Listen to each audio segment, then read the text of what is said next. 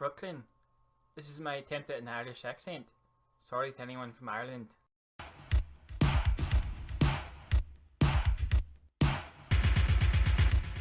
Brooklyn is the story of a young girl named Elis from Ireland, played by Saoirse Ronan, who is moving to the United States in the 1950s to try to make a better life for herself. Now, the underrated thing about the Oscars is that sometimes they can bring attention to movies that nobody would have seen, and this is one of those movies. And I'm actually really glad I saw it. Here's how you can sum up Brooklyn. Basically, Brooklyn is a delicious treat for women over 40. Seriously, I was in the theater and it was all women over 40 and they are all having a blast. When the movie starts out, you're not really sure where it's going. Once she gets to Brooklyn, she's living with a bunch of other young girls. And who's looking after those girls is none other than Mrs. Molly Weasley. Where has she been? I haven't seen her in anything since Harry Potter. Not my daughter, you bitch! And there's numerous scenes of all the girls sitting at dinner early on, and they're having these quippy conversations back and forth with each other, and it's about adult things like sex and marriage, but it's very PG. It was almost Disney-like the way the characters were so innocent, yet you could tell they weren't actually innocent. Did you hear Alexander will be at the ball tonight? Oh, marvelous! What a delightful evening it will be! And the old ladies loved these scenes. They were looking at each other the whole time, just giggling. Oh, I like that.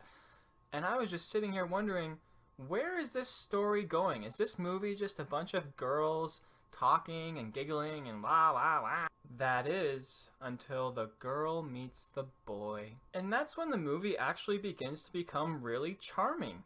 Yes, charming. I'm really surprised I'm using that word, but I couldn't help enjoying it. She meets this young plumber named Tony. He's a really nice, likable guy. You get to meet his family, you learn about him, you get to see them go on dates, and it's actually really charming.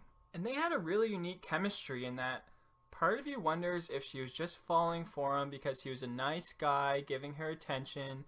She had been homesick up until this point, and she had finally met someone that she really liked. But then you also realize it was a different time in the 1950s. There was no Tinder to find a bunch of suitable bachelors or bachelorettes. You fell for people easily and quickly.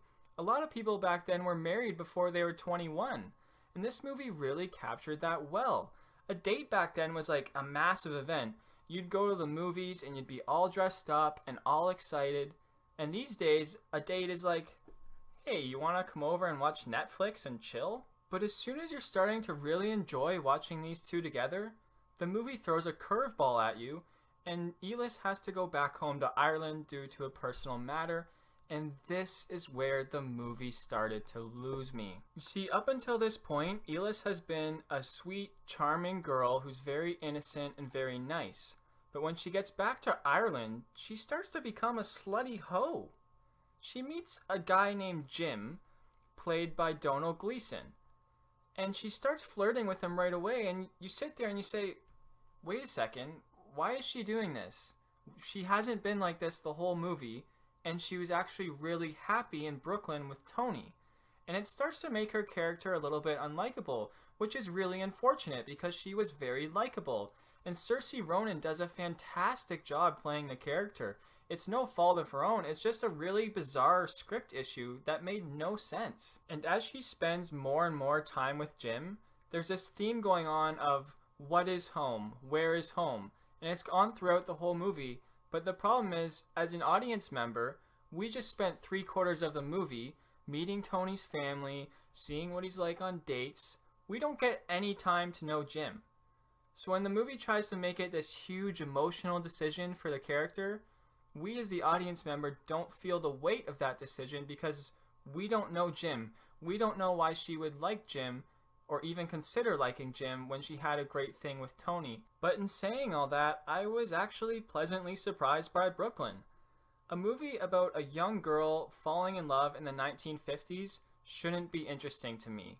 When I come out of it saying words like charming and delightful, old lady words, the movie did a good job. I just wish the script was a little tighter and I would have liked it that much more, but it's still a good watch, and I'm not sure it technically deserved to be a Best Picture nominee, But when you have 8 movies, there's going to be a couple that just slide in there. And this was a good way for this movie to get more recognition. Brooklyn receives Mission Capable. Hooray! Yeah! So, who's seen Brooklyn? Anyone? Anyone? Bueller? Bueller? Bueller? Comment below and let me know if you have. Thanks for watching, and until next time, see you later.